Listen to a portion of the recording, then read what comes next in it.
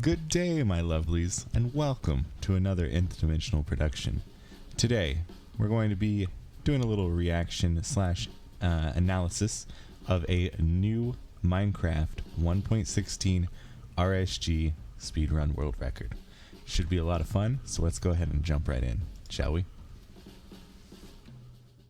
So, as he loads up the steed, he is going to find himself in a nice flat terrain. He very quickly spots a village, looking behind him to see if anything else of value is there, as he heads right on along towards this village. No need to pick any flowers. Seems like he's going to go without.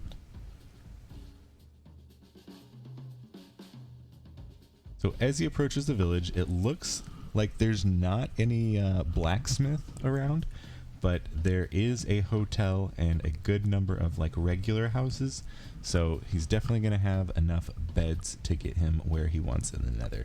He ends up picking up 4 of those beds, picks up some bread there, that's going to be useful when he needs to be eating, 5 beds, and I believe that this is all of the beds that he gets in the entire run. He goes ahead and heads over this way towards some hay barrels, spots 2 blacksmiths, and let's find out what is in this blacksmith. Right, there's 6 obbies, some armor, and a pickaxe. Very good and helpful there. And then into the next blacksmith, 3 more obby, a few more breads, and an iron sword. So iron sword is slightly better at killing the golem than the axe, plus he doesn't have to make an axe now, so that's definitely going to help him a little bit, just get every little bit of speed that he can. So he builds his crafting table, and after that it looks like he's getting a little bit of cobblestone, makes some stone tools. He ends up making a stone axe and hoe as well as shovel. He goes ahead and hoes some of his hay barrels or wheat barrels and makes bread nice and quickly. A good big stack of bread that will definitely get him all the way through this run. After that, it looks like he's going to grab some flint. So he is planning to make a flint and steel and takes on the iron golem now. Goes ahead and hits him to aggro him and whips out his sword and starts going to town on this fool. After that, it looks like he managed to get 4 iron out of there, enough for a bucket and flint and steel, just a perfect amount. He gets rid of his crafting table and picks up some bucket, and he is right along on his way to make a portal. He goes ahead and grabs a few extra wood there, preloading some wood, I guess. He starts his portal in the ground here, starts making the obsidian, and uses the stockpile from his inventory, finish up the portal, and he is ready to go into the Nether just at 3 minutes, almost flat. 2 seconds over, it looks like. As he gets into the Nether, he looks around. He doesn't immediately see any fortress, to my knowledge. And something that I learned is that he starts to pick the ground because he's not using the F3 at all.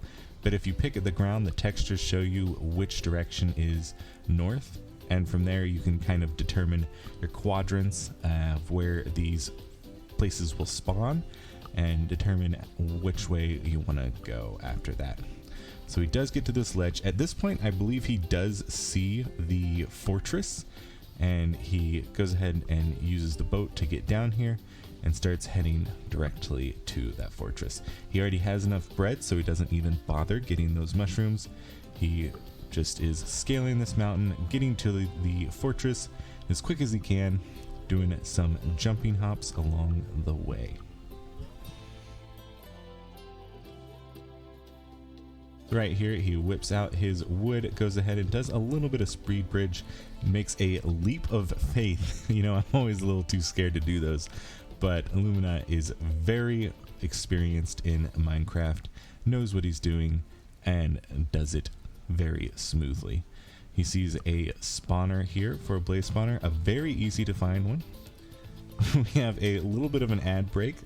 Let's go ahead and skip that. It is for EVE Online. the game that I hold the current world record in. But let's get back to the Minecraft. So he kills a couple blazes, and I think both of those one drops blaze rods. He does end up getting very good drop rates on these blazes.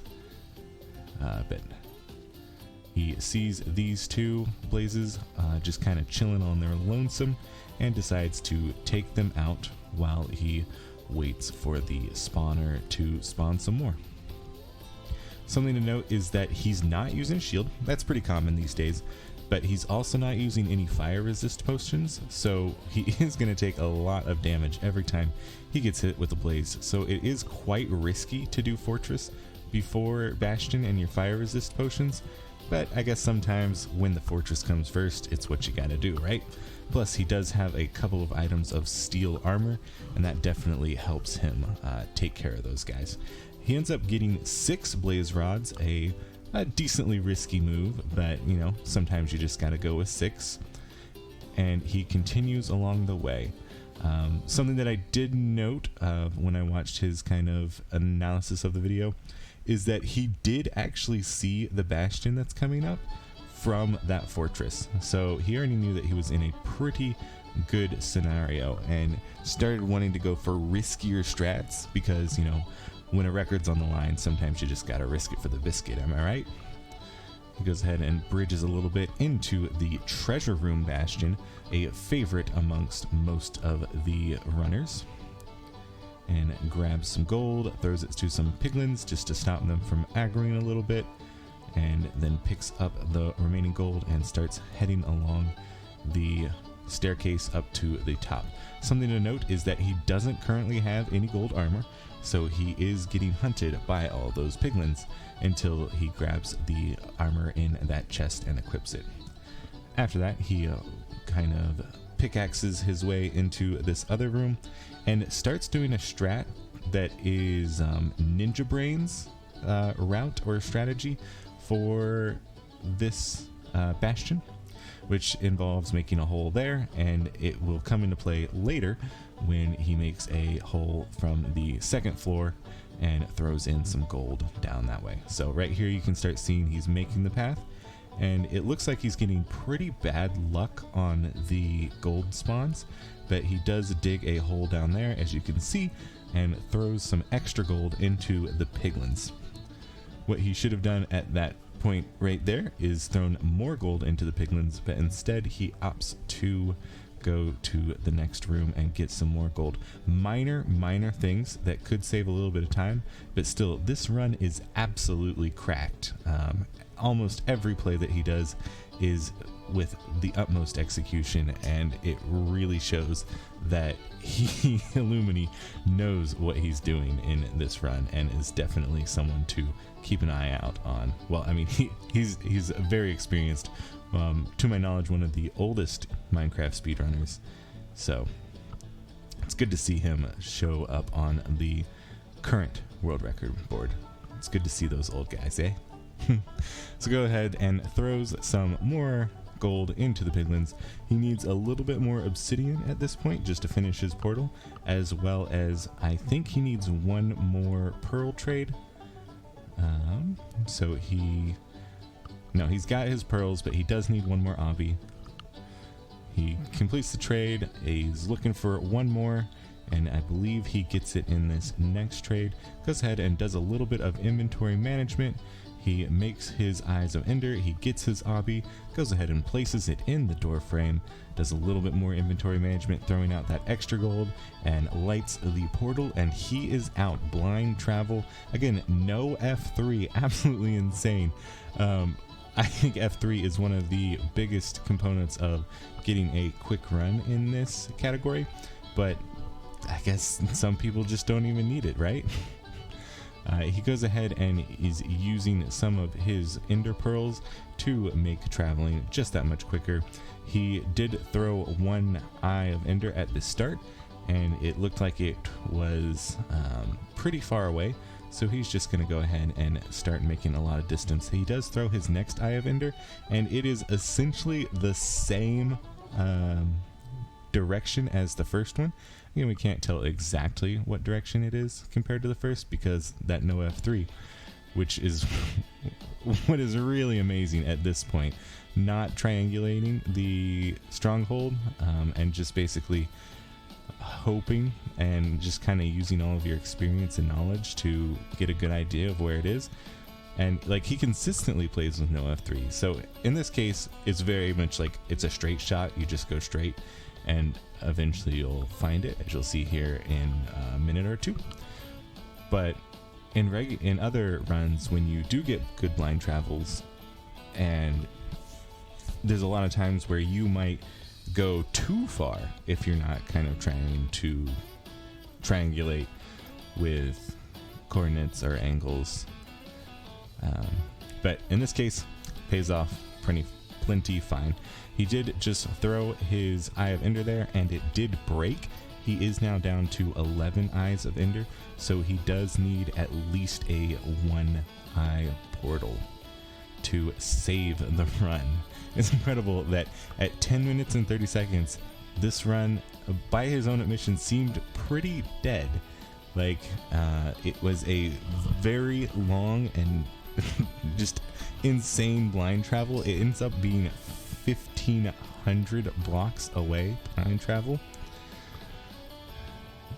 But you know, with those pearl throws, the boat travel, maybe he should have grabbed some dolphins there. Could have been a little bit quicker, am I right? There's another Eye of Ender. If that one broke, it probably would have been game over, just reset at that point. Luckily it didn't. Every eye he throws is risking the run at this point, but you know, you got to find that stronghold one way or another. And it looks like he is, you know, hoping for that ocean open exposed. It's a good chance that it is that, just because the deep ocean, and there's not a whole lot of islands and whatnot nearby. You can see kind of in the right a boat, like woohoo, a boat. At the beginning of the run, that full boat would be nice, but this far into the run, we're looking for one thing and one thing only: that open exposed stronghold. Looks like we're just coming up on it now. The light is starting to shine through the ocean. I'm not sure if he notices it at this point, or if it's just something you notice after you watch it a little bit. But there he does see it. It's a beautiful looking structure there. Looks like there's 2 lights on, and so he's gonna go ahead and check this first one, this closest one. Is this the portal room? It looks like it's not. Looks like that's a 4-way. And so he goes ahead, and instead of opting to go for the 4-way, he does check this other light, and it is a direct route into the portal room. And we see it is in fact a 2-eye portal, so he could have thrown another Eye of Ender and broken it, but you know, you never want to risk it.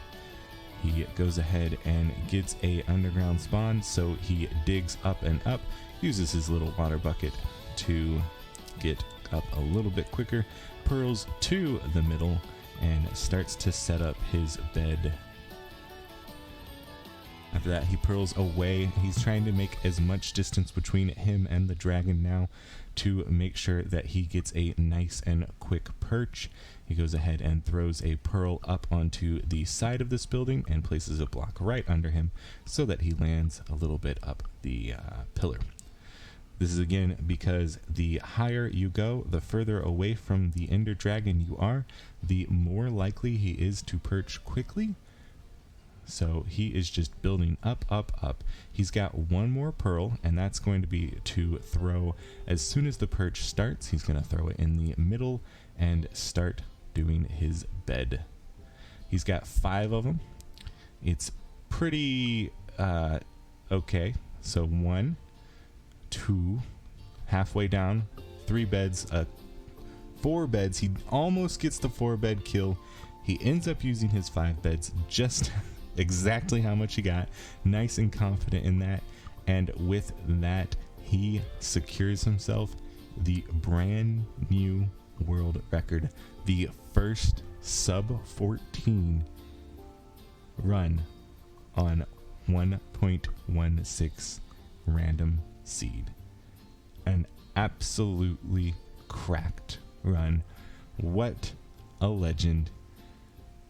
by golly, by gum, this run is insane.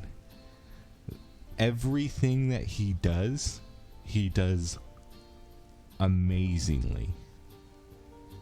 This was not a great seed. Like, double blacksmith, good. Bastion, good. But 1500 blind travel, and he still clutches it in the end. And it's because he knows exactly what to do, when to do it, keeps his calm. Execution was fabulous there. A amazing run to see. When I first saw this run, I almost believed that it was like just not real. Like, because there was no F3. He like, the things that happened were like a village double blacksmith, and then like the strats that he used were so not common. Like, it wasn't an easy hyper modern, it wasn't like a COD strat. I know old times, but like it was completely off the cuff, and it was executed so fabulously. So I mean, I guess that's all I have to say on the subject. I love this run. It's really exciting to see. It's really exciting to see the no F3. I am always going to probably be an F3 player myself, but I know that all those people that don't like playing with F3, it's really good to see that they can compete to the highest level without it. And that's about it. So yeah. I hope you guys enjoyed. Hope you gleaned a little bit of something. A lot of you probably are viewers from Eve. Maybe you were seeing Minecraft speedruns for the first time. Hope you enjoy. We're going to do some more of this content where we're learning the run ourselves. We're going to definitely be competing to a good degree in that, specifically races we're looking forward into. If you like this video, go ahead and give it a like. You know, if you like the video, just hit like. If you want to see more of this content, more of Eve content, more of me content, go ahead and hit that subscribe button. And if you have anything to say about the video, the channel, anything at all, go ahead and leave a comment. I will read it ASAP. I will respond to it. You know, good times, good times. All right, have a great day, everybody. Ciao, ciao.